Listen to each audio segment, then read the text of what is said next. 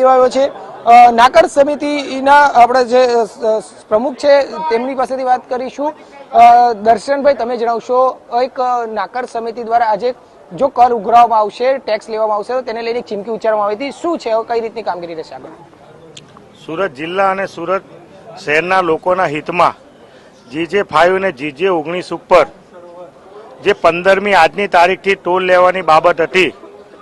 એ બાબતના અનુસંધાનમાં સુરત જિલ્લાના સરપંચશ્રીઓ, સુરત જિલ્લાના SPG હોય, ખેડૂત સમાજ હોય, પાસ હોય, પરિવર્તન ટ્રસ્ટ હોય, ઇન્ડસ્ટ્રીયલ એસોસિએશન હોય,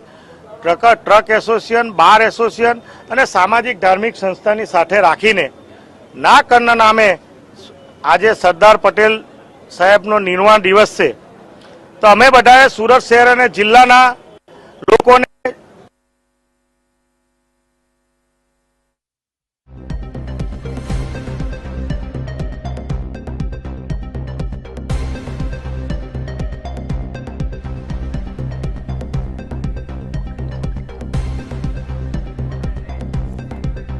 તો સુરતના કામરેજ ટોલ નાકા પાસે લોકોનો જમાવડો જોવા મળી રહ્યો છે। આપણે જણાવી દઈએ, જે રીતે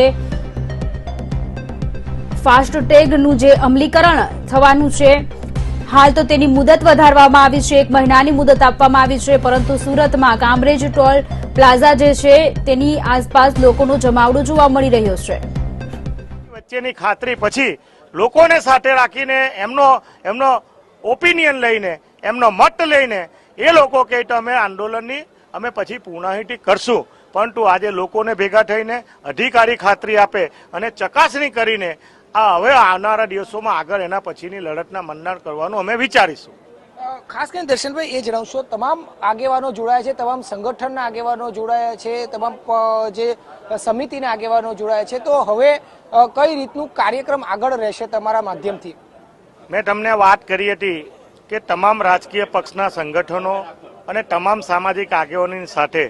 જે ગઈકાલે NHI અને જે MPCએ જાહેરાત કરી છે એની ખરાઈ કરીને કે જે અમારી મૂળ મુદ્દો હતો, અમારી લડત જે હતી કે સ્થાનિકોને GJ5 અને GJ19ને ટોલમાંથી મુક્તિ મળવી જોઈએ, એની હકીકતમાં જે જાહેરાત થઈ છે એની ટોલ પર ચકાસણી કરીને અધિકારીઓ અમને અહીંયા મૌખિકમાં ખાતરી આપી દે, બધાની વચ્ચે, લોકોની વચ્ચે જે આંદોલન સ્થાનિકો માટે કરવાનું હતું એ સ્થાનિકોની વચ્ચે આવીને ખાતરી આપે તો અમે લોકોનો મત લઈને આગળની જે કંઈ કાર્યવાહી એનું અમે આગળ કરશું। બિલકુલ, અશોકભાઈ, તમે જણાવશો।